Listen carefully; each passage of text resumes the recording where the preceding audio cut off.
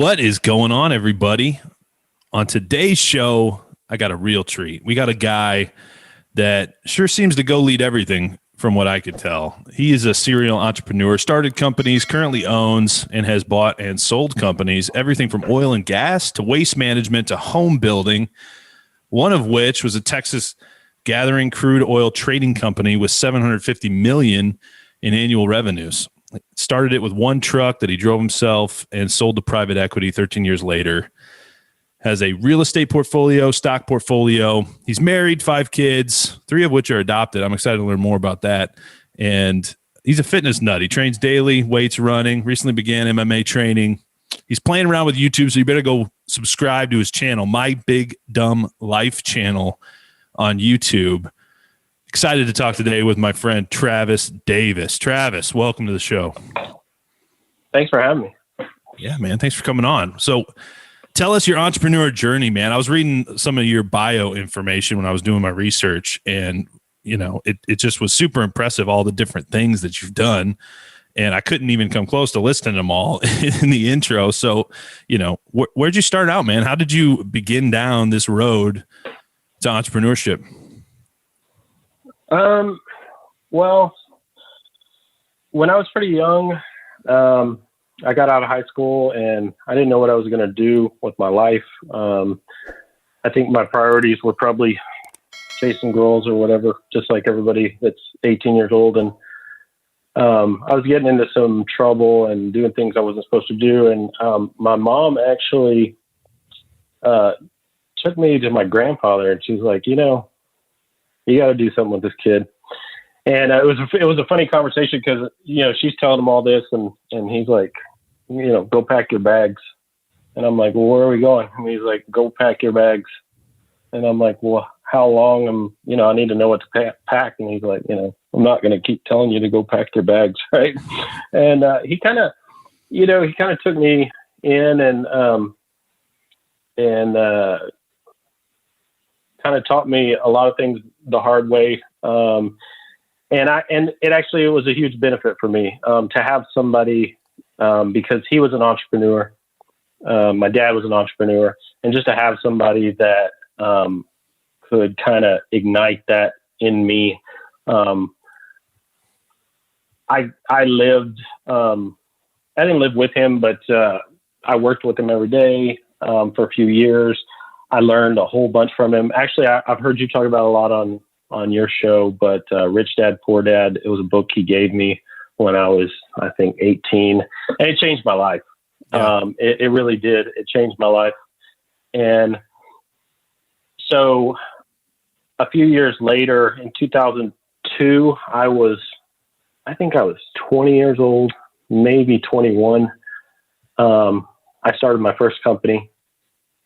And I grew that company for 13 years. It was everything in my life other than my family. I lived it, breathed it, slept it, worked so hard. I drove a truck, and at night I would work on my truck, do mechanic stuff and cold call people and try to build my business. And it grew into a really big company. You know, it was I don't want to say it was bigger than I thought it would be, because it was actually kind of a lot like I thought it would be. But I grew this company for 13 years, and then, you know, you get to a point where you're just working all the time and you get tired of stuff. And a private equity group called me up, and they hit it just at the right time. And I was kind of getting worried about the market at the time, because this was 2014. And I remember oil was like over $100 or something. And I remember thinking, like, this just can't keep going on forever. This is crazy. And, anyway, I agreed to sell it to him, and a year later we actually closed on it. It took way longer than I thought it would. Wow.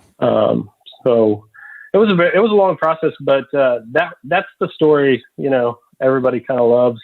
That's the biggest business I ever owned. We probably had a little over 100 employees, maybe 110 employees, something like that. Sure. Which, you know, there's obviously much bigger companies, but, for a guy like me with no formal education and, to build something like that, was pretty cool. It was pretty cool to watch it. It was hard to sell it. I'm glad I did, but at the time it was very hard to sell it. Yeah. Well, you said your dad and your And, grandpa were both entrepreneurs. What did they do?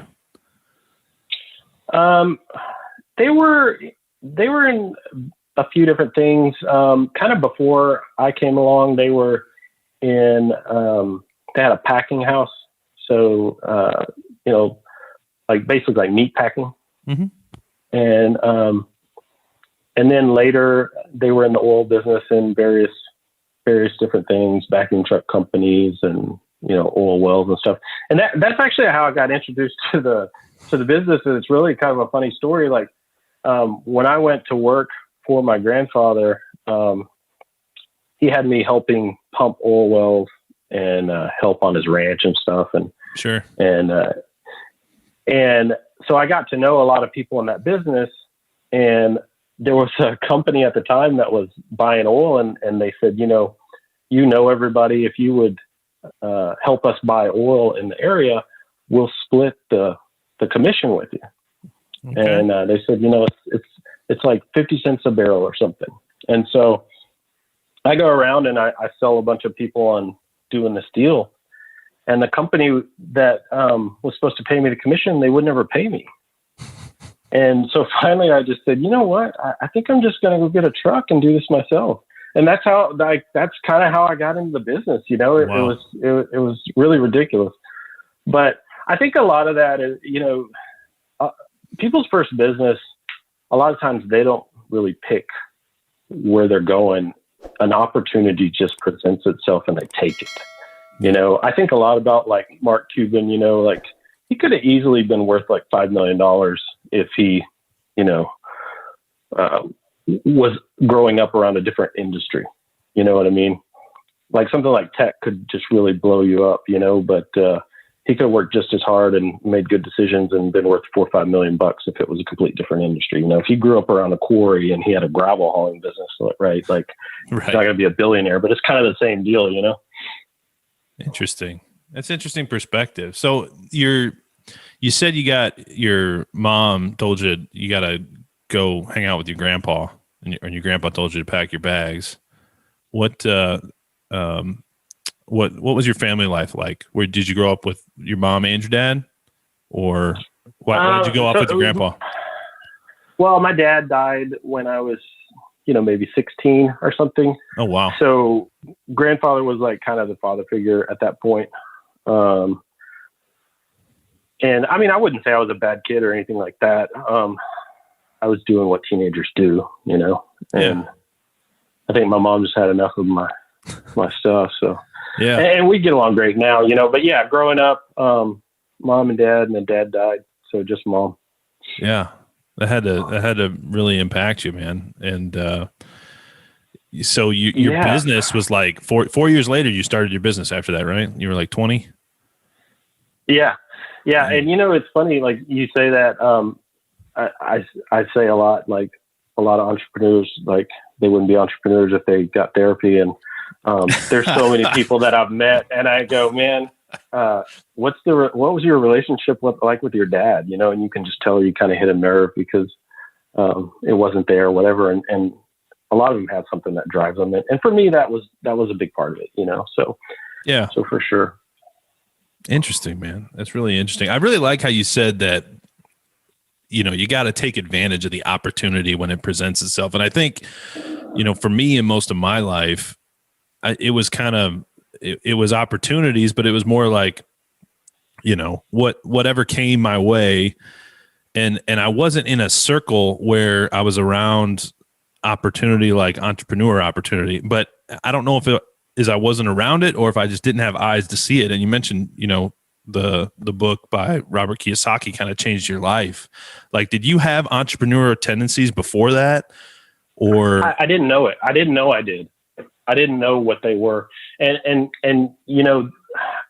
I tell this to people sometimes, when we're talking about this kind of stuff, is I can remember the exact moment that I realized that this was a path I could take. Right. And that's kind of like, people don't think about that, but like when you're growing up, you have people, they come to your school and they're like, you can be a firefighter or you can go to the army or you can do all this. Right. And they're telling you about all these careers and all these things you could do, but it's more rare that somebody is like, you could go out and start a business of your own, just because I think entrepreneurs a lot of times are just more private. You think you're bragging or for whatever reason. But for me, I can remember the conversation where I thought, this is a person I know. This is a real thing that I could do. This person, they don't have some kind of magical quality or anything like that. I mean, I could do this. Yeah. You know, and it changed. And I have been driven ever since then. And looking back at things I did before that conversation, I say, oh, wow, I think all the pieces were there. I just didn't really have the permission to go do it. You know, like I didn't realize that I could actually do that. So for me, that having that person in my life was a key thing. You know, I could have just as easily been working somewhere, you know. Did you ever have a job? When I sold my business, I had to work for the guys for 3 months, and I bet that was an adjustment. Oh my gosh, it was. Well, you know, private equity. I have a lot of opinions on private equity, but I think it's interesting when somebody buys a company that really doesn't have any assets that give it a competitive advantage. Mm-hmm. And then they want to change the way you do a bunch of stuff. You know, I just didn't understand that. And finally, after 3 months working for those guys, I said, you know, I just think you guys must be way smarter than me, because a lot of this stuff you're doing just sounds crazy. And I said, I'm going to go take care of my cows and find something else to do. So that's what I did. And those guys, you know, like I said, there's good and bad everything, you know what I mean? But with private equity, there's good and bad. Yeah. Those guys bought me, they turned right around, took on a bunch of debt, and 3 years later they would claim bankruptcy. You know, I mean, it's wow. It's sad, but it happens every day. You know, they go in, they buy a company, they take on debt, they pay a huge valuation for a company, wow. Pay way more than it's worth. And it's kind of sad, but yeah. Did that bother you? Does it bug you knowing that? Just kind of eat at you a little bit. It depends on what day you caught me. You know, when you build something like that and it's your baby, you know, there's a part of you that's like, if I can't have it, you know, I kind of hope it crashes and burns, you know, but then there's another part of you that is like, you know, I want it to live on forever. So it just depends on the day, you know. Oh man. And I called it, you know, when I sold it, I told my vice president, I said, it's not going to take long. These guys are going to go out of business. It was just so ridiculous. The way people act when they're spending other people's money is just so ridiculous. You know, one of the things you said in your story that really kind of stuck out to me is you said that when you started that business, you got bigger than you thought it would be. And then you kind of corrected yourself and said, actually, you know, it was exactly what you thought it would be. So what gave you that vision for what it could become? How did you see into the future what it could become? And how long did it take to really start taking off? Like through that process of 13 years, like when did it really start taking off to where you could see it was going to become what you thought? Well, that's a lot of questions. But as far as how did I think that, you know, how did I know it was going to look like that? Or how did I think it was going to look like that? I think it's like the CEO's job to have a dream and to tell the story. And I try to surround myself with people that are smarter than me that can help me bring that dream to life. You know what I mean? I think it's really important to have people that are strong at things that you're not, and try to make that story real. And when I started that business, I just said, you know, I think I can build this great business. I was a dreamer, you know, I was reading entrepreneur book after entrepreneur book. I had huge dreams. I mean, I was gonna conquer the world, you know, and I'm still like that today. Like you're like, you know, what about this business? I'm like, this is the vision I had, and this is how that's going. What was it? You asked a couple other things. Well, I was just curious, like, when did it take off? Like a 13-year journey, well, like how did it start slow? Did it take off quick? What was it like? No, it was right off. And I'll tell you something. there's something really, really powerful about a 20-year-old kid coming and knocking on your door, hat in hand, and saying, I'm trying to get this business going. Help me. You know what I mean? Like, I would go to customers and I would, say, look, I'm trying to get this thing going. I'm a young guy. Like, I'm going to work hard. I'm going to get this done. I'm going to do everything that you need me to do. And there's certain customers that would relate to that. And there's certain customers that would just blow you off immediately. Normally, the customers that would blow you off immediately are like the really big companies. They're like, we don't want to deal with you. We want to deal with the big guy. That's fine, whatever. Mom and the pops, they're like, man, I kind of like that kid. He came over here and he seems like a good kid. And like they throw you a bone, and you have 12 guys throw you a bone and like all of a sudden you got something going. And if you have a really low cost of living and you're the only employee, like you really get something going. So in the beginning, it took right off.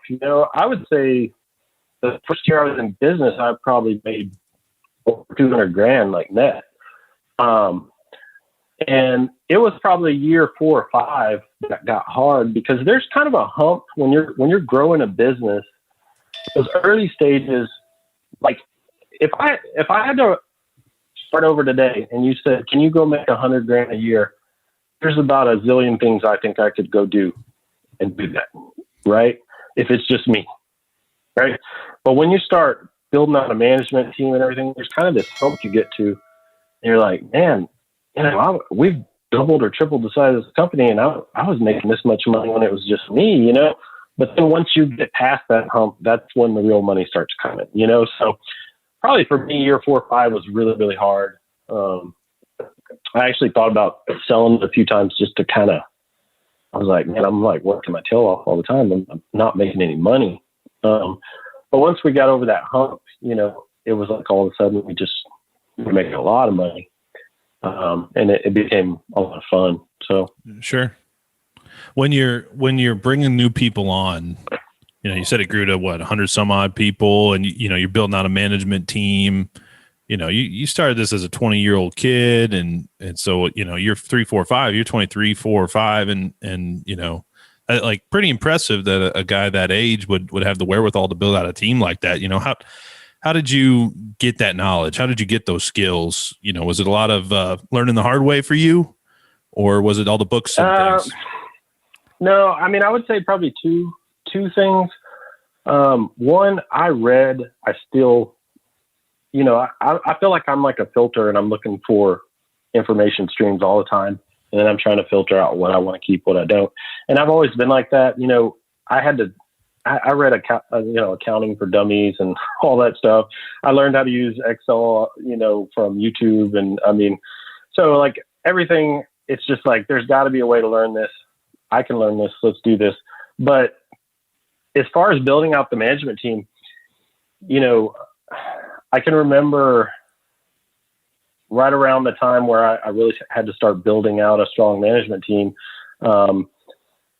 It was just chaos. My business was growing. I had my accountant, he told me, he said, I've never seen a business grow like this. This is just crazy. Like it's year over year, 100% growth for multiple years. He's like, this is nuts. And there was all kinds of problems with the business. Right. And I'm watching TV on a Saturday, and the show comes on. If you've ever seen the show with John Taffer, Bar Rescue, and they're having a marathon of this show, and I've never seen it. And I start watching this show, and in every episode, it's kind of the same thing. He goes in and he looks around and he's like, you're the problem. You need to accept responsibility. And he makes them admit, like, basically everything under me is my responsibility. Yeah. And I said, this chaos is mine. And how do I fix this? And I thought about that for a long time. And people are equipped with certain things, and then certain things they can add on. But people are wired a certain way.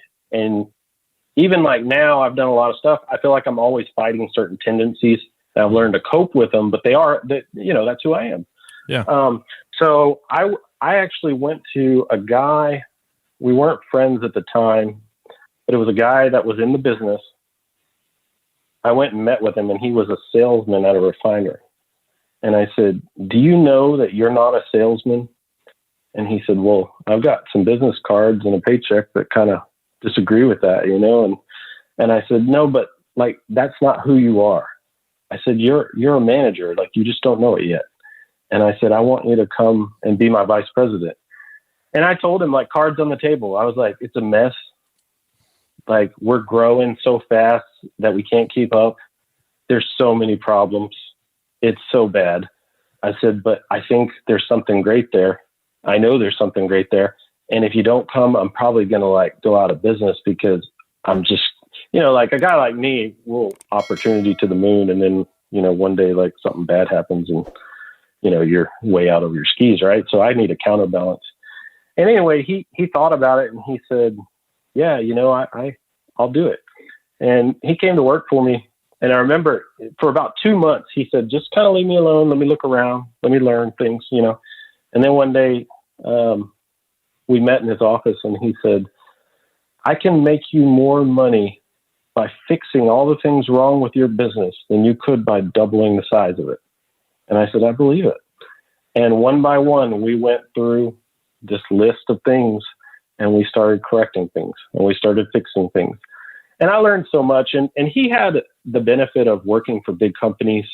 So a lot of things, it was like copy paste from there.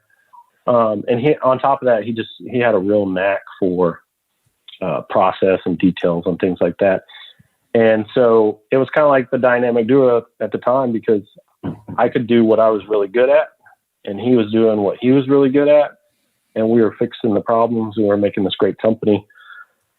We actually hired a firm to come in and do an audit on us, like in the late stages of that business. And they came in and they went through all kinds of stuff and they're supposed to give you a report on accounting and security of your, you know, internet and server and all that. And, you know, all the different, you know, safety, all the different facets of your business. And they came back and they basically said, you guys are really doing everything right. And we don't really have a whole lot of suggestions, except you have a lot of people using your company email. And I would make sure they're not using the same passwords for Facebook that they use for the company email, because that's kind of an inroad, right? And we were like high-fiving because we were like, you know, they really didn't. Like these are like the experts came in and they were like, you guys are doing great, you know? Wow. So it was good, man. And that's, you know, a lot of things in life happen because you realize you're not smart enough or suited perfectly to do that. And you make the decision to find somebody that is, you know. I'm a big fan of that. I love that. You had the self-awareness to know where your strengths were and where your weaknesses were, which I think is key. And you know, we were talking about Tony Watley before the show. He talks about not being afraid to fire yourself, right? Yeah. Like you realize, hey, I got a weakness here. Like I'm not a vice president or, you know, whatever this salesman was that you went and sought out and kind of gave him a vision for the fact that he had some management skills. He had some leadership skills that you needed in your company and you went and got them. Right. And like the best leaders, and this is so important because I didn't realize this until like recently, the best leaders are effective recruiters. They recruit effectively to play to their weaknesses so they can play to their strengths and build up other leaders around them. And it's just like really cool to hear you talk about that, right? Because, you know, it's a perfect example of you doing that. And you probably didn't even think about it. You know, it sounds like you're just kind of a natural entrepreneur leader of sorts. And you know, I hear you say things like, you know, you basically created a vision for the salesman's future that he didn't see for himself, right? Like he didn't see himself as a vice president of this company, but you believed in him and you saw it, right? You created that vision in his head. Well, to me, it was so obvious, you know. I mean, he was just so perfect to be a manager, because like there's a big difference between an entrepreneur and a manager. And a lot of entrepreneurs think they're great managers and they're not.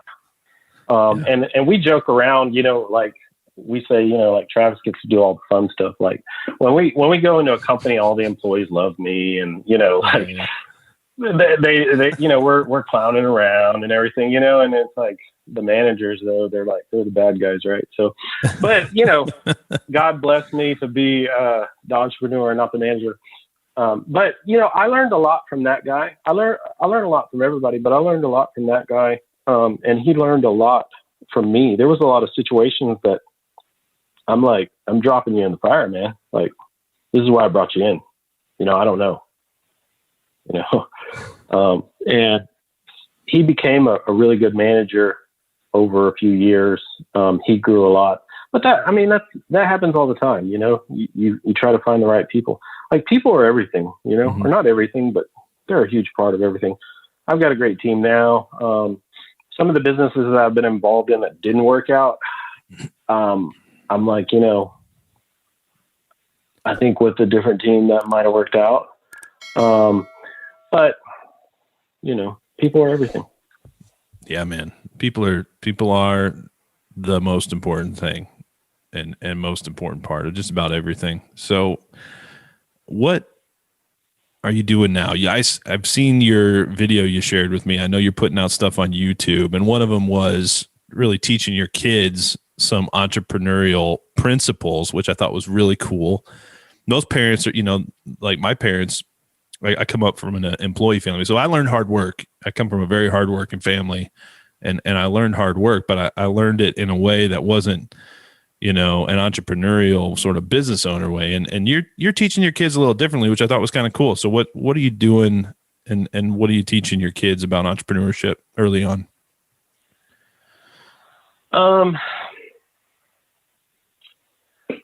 Well, I talk a lot about about business and money and stuff with my kids. In the video you're talking about, so every kid I've had, when they got to be about 10 years old, we open a pop-up cookie store. That's one of the things we do, right? And I started doing these YouTube videos, and like one of the things that's really hard on YouTube is content, and I thought, I should film the cookie store. Like, that would be so perfect. And so we did, and I think the video turned out pretty good. But what we do is, like, we just basically throw up a video on Facebook that's like, for the next couple of days over this weekend, we're going to be selling cookies. And of course, all the grandmas and aunts and, friends and stuff, they start ordering cookies. And we go and we just buy the cookie dough. With my boys, we actually scratch made all the cookies, and then it turns into a baking lesson instead of a money lesson. So I was like, no, this time we're just gonna do the pre-made dough, and we do the pre-made dough. I loan her the money. We talk about how much money it is. I show her, and then she puts out the sales video. She makes the cookies. Of course, I'm helping her. We go deliver the cookies. She has to give the cookies to them and take the money and thank them for the business. And there's lots of little lessons that happen in there. You're covering sales, you're covering customer service, you're covering, just so many things. And we do that with a lot of things. I think there's a lot of videos that'll come out once I start really kind of thinking about all that stuff. I think we're going to do a lemonade stand one day. But I think it's really important for kids to understand, even if they don't want to be a business owner, I don't have an expectation that my kids need to do that. Sure. The thing I try to tell them all the time is you should do something that makes you happy. Yeah. If that's a business, then great. If it's not, that's fine. You also need to be realistic about, you're not going to drive a BMW if your passion is like, making coffee at Starbucks, right? Nothing against Starbucks, but you know what I'm saying? You might drive a BMW, it's less likely, right? Sure. So I try to teach them everything I know about money, so that they'll make better decisions, and sometimes it sinks in, sometimes it doesn't. I talked to my son about the stock market and S&P 500 and told him if he works now, and I'm like, if you put, 15% of every paycheck and just bought the S&P 500, you could possibly retire, blah, blah, blah, blah, blah, and it's like one ear in, one ear out the other. And then like 3 months later, he comes home one day and he's like, my friend was telling me about this S&P 500 ETF, and I think I'm going to start buying some of that. And I'm like, that's a really good idea. Your 17-year-old friend told you about that. Don't you love that? Yeah. Oh, But man. I mean, I think if you want to change the world, start by parenting your kids. You know what I mean? Like that's a big deal for me. You know, you want to make a difference, start right there. So. I love that. Absolutely love that. You got to lead where you're at today. And if you do that well, then who knows what opportunities might come your way that you can latch onto, right? And what is your overall purpose in life? I mean, do you have, and have you even thought about like what you want to do with your life, or have you really just taken advantage of those opportunities that came your way? And I mean, it sounds like you're passionate about family and growing a pretty big family with some adoptions too, which is cool. Yeah. You know, that's a tough question. Thanks for asking that. No, my purpose is just to try to be a father and to try to serve where I can. And I think, you know, when I sold my big company, I could have stopped working then. Right. And I said, you know, I think I'm kind of built to serve, and there's some more things that I want to go out and try to prove. And so I'm not ready to just, you know, go play golf or whatever it is people do when they retire. I bought a fishing boat and I fished for about 2 or 3 months, almost every day. Oh, wow. And one day I said, man, I got to go do something, you know? But I mean, I think I'm built to serve. And so that's what I'm trying to do. I heard a podcast a few months ago with Damon John, the Shark Tank guy. Mm-hmm. And they asked him, they said, you know, you could have retired so many times and you're involved in all these businesses. Why? And he said, I'm built to serve. And I felt like that really hit home with me. I said, you know, I think that's me too, because most of the things I do are service businesses, and I'm really, really good at that kind of thing. You know, I kind of get it. Mm-hmm. So I don't know. I mean, I'm just trying to build, I have these cool brands, or at least they're cool to me. I don't know that anybody's going around saying like a propane company or trash company is cool, but you know, to me, they're really cool when I think about them, and I want to build them. Mm-hmm. You know, so I enjoy the process, most of it. Yeah, I'm trying to build these great things that I see in my head. I'm trying to bring them to life, and it's really rewarding. It's hard to explain. People that have done it kind of get it, but you do one and you're not like, you know, I want to retire. You're like, I want to do that again. You know, I want to, and if you're me, you're like, I want to do it again. And I want to do like 4 of them at one time. Wow. And then you're like, what am I doing? You know, like, I don't think I don't think I should be doing 4 of them. Right. But no, we have 2 main businesses right now that we, have to be very involved with. And one is the propane business, and one is our waste management business. And then I have some real estate holdings, stock holdings, and I have a ranch and cattle operation, and I take care of my own cows and all that kind of stuff. But 2 businesses that you're actively involved in will keep you pretty busy. So, Travis, I love, you know, you said built to serve. I absolutely love that, because, you know, to me, leadership ultimately, you got the guys, the famous leadership minds that talk about leadership being influence. But, you know, to me, the ultimate leadership is service. You know, you're serving other people. And I absolutely love that mentality. You know, adoption is a really cool form of serving other people. Actually, my wife and I have thought about adopting. What was that like? What took you down that path? And any advice for people thinking about adopting? Oh man, that's like a whole can of worms. Just opened it, man. We're opening my wife's mother was adopted.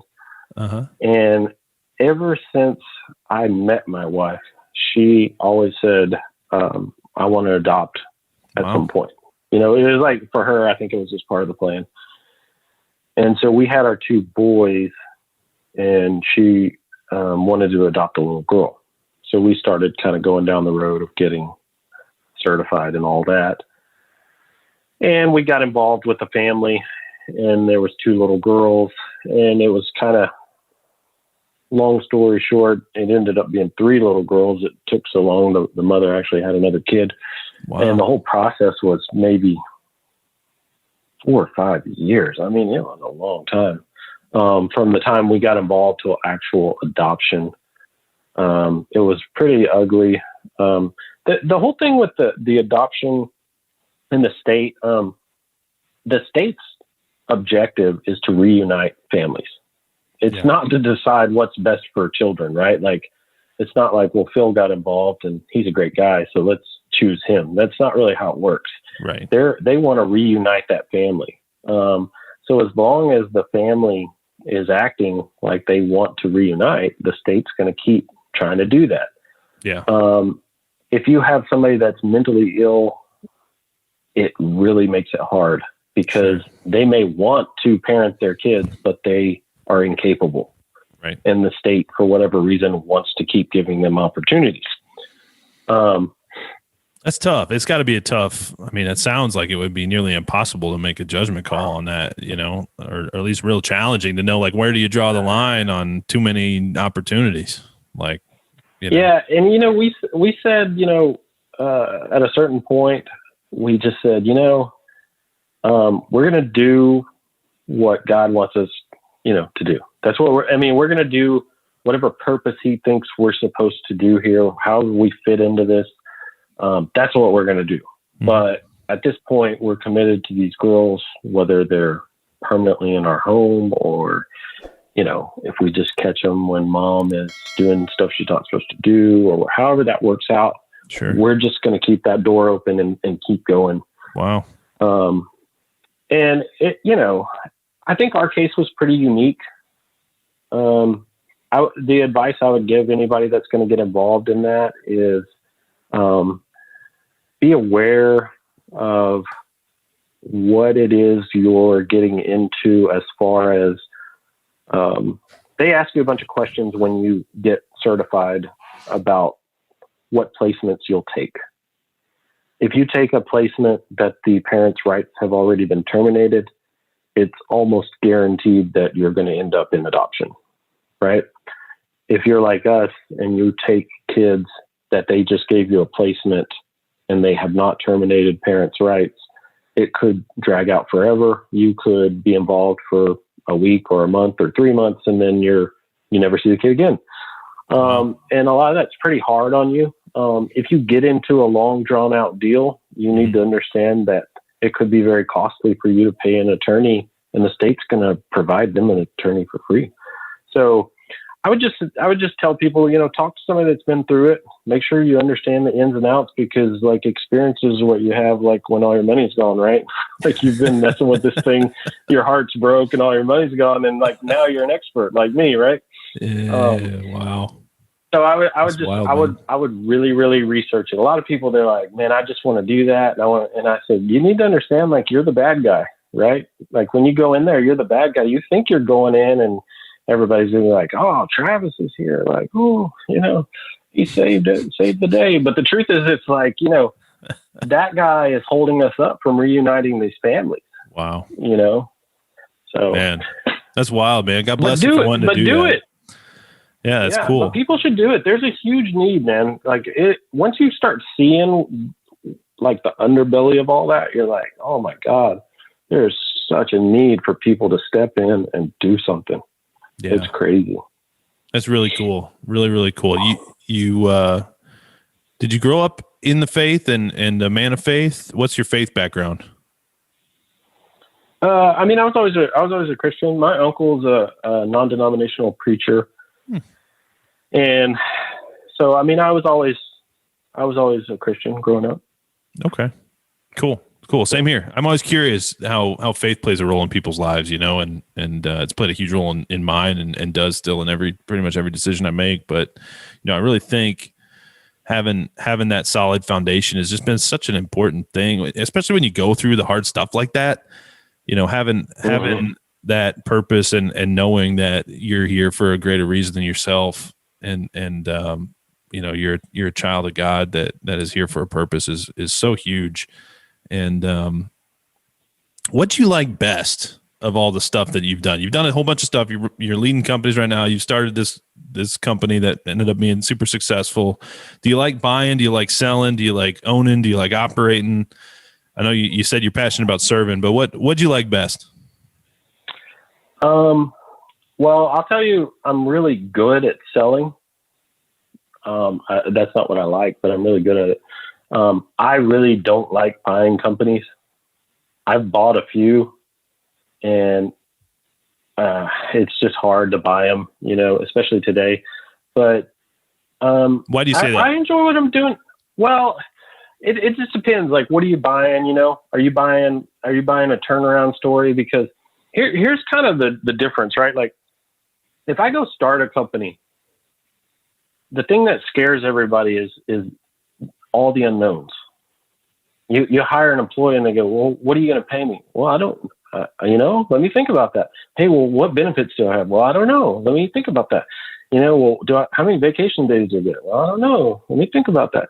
It's like, there's no structure. There's nothing. Yeah, it's like building a house. And you got to make every little decision, right? Yeah. Well, what I always say is, like, we're building a plane while we fly it. And I'm really good at that. It's like you're running with the ball and we're building the plane while we're flying it, and this thing's taking off and we don't even have, like, a tail on it. Right. Like, so it really scares people, like, especially people that spend a lot of time in the corporate world. They get kind of spoiled because everything's there. Right. So when you start a business, there's nothing there. It scares everybody, right? But when you buy a business and it's a turnaround, the scary thing is everything's there. It's on the verge of collapse. And if you misstep, it could collapse, right? Especially if you're buying, like, some business that doesn't have some, like, great asset that's holding up the value, right? Like, when there was a business I bought and there was really two key employees holding the whole thing together. Wow. And we bought it, and about a week into it, the one of the key guys, he put in his notice. Wow. And so I had to go talk to him and, like, what's going on?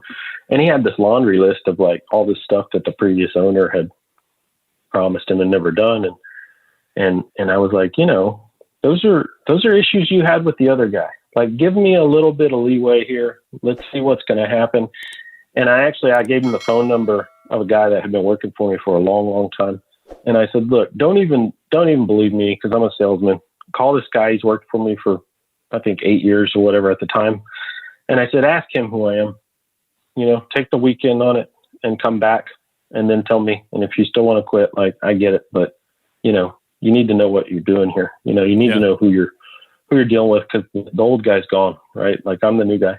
Yeah. And so that scares me, when you plunk down a bunch of money and it could potentially fall apart at any moment. So that's one scenario, buying it. The other scenario buying it is you buy a company that's running great and you have to pay through the nose. And as soon as every competitor around you finds out, they start sending letters to your customers and just going after you because they're hoping you're going to drop the ball in the transition. So buying companies scares me.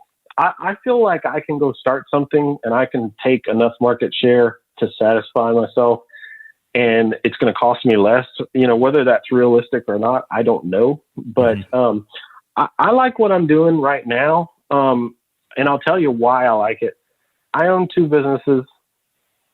Well, I own more than that now, but there's two businesses that I have to be involved with day to day, and they end at 5:00 on Friday, and they don't start again till 8 a.m. on Monday. Well, 6 a.m. on Monday. And most weeknights are quiet. When I had Texas Gathering and we had a crude oil marketing business, and, we had 100 trucks on the road 24/7, and I had 6 or 7 salesmen. 9:00 at night on a Saturday or Sunday, me being on the phone or, being on a conference call or something was not uncommon at all. And so when I sold that business, I told my wife, I said, I'm not ready to stop. And she said, just don't be that guy that works 24/7.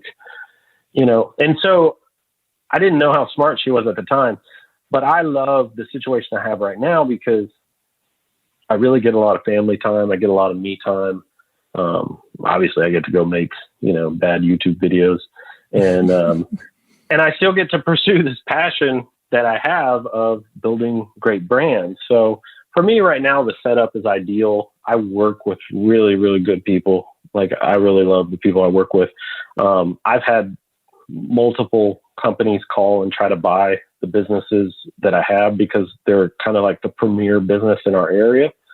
Like, they're the obvious buy. And I'm like, I just really like the people I work with, and I don't want to have to tell them I sold the business, because telling people that is really hard.